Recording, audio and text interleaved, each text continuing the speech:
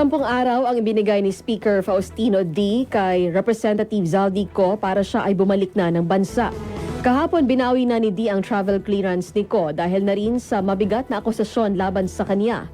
Sinabi ni Speaker D na ang panahong ito, kinakailangan ng presensya ni Ko para masagot ang aligasyong binabato sa kanya na may kaugnayan sa flood control projects at iba pang isyu ng korupsyon. Nagbabala din si D na kung hindi susunod si Ko sa utos ay maharap ito sa legal actions. Mahigit sa 30,000 katao raw ang lalahok sa trillion peso march bukas sa People Power Monument ayon sa grupong Tindig Pilipinas.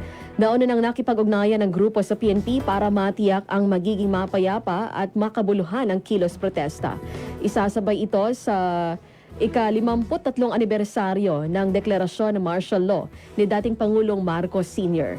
Hindi rin daw hahayaan ng grupo na may politikong magsasalita sa pagtitipon dahil sa sentro ito sa katiwalian sa flood control projects.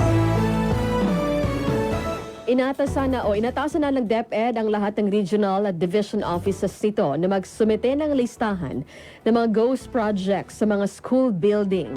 Sa inilabas na memorandum ng DepEd, inatasan nito ang kanilang regional school officials na isumbong ang matagal ng pagkakahinto ng konstruksyon, incomplete delivery o kapalpakan sa estruktura ng mga school building. Ang matatanggap ng mga consolidated reports ay gagamitin ng DepEd Central Office para maayos at mapanagot ang mga responsable rito.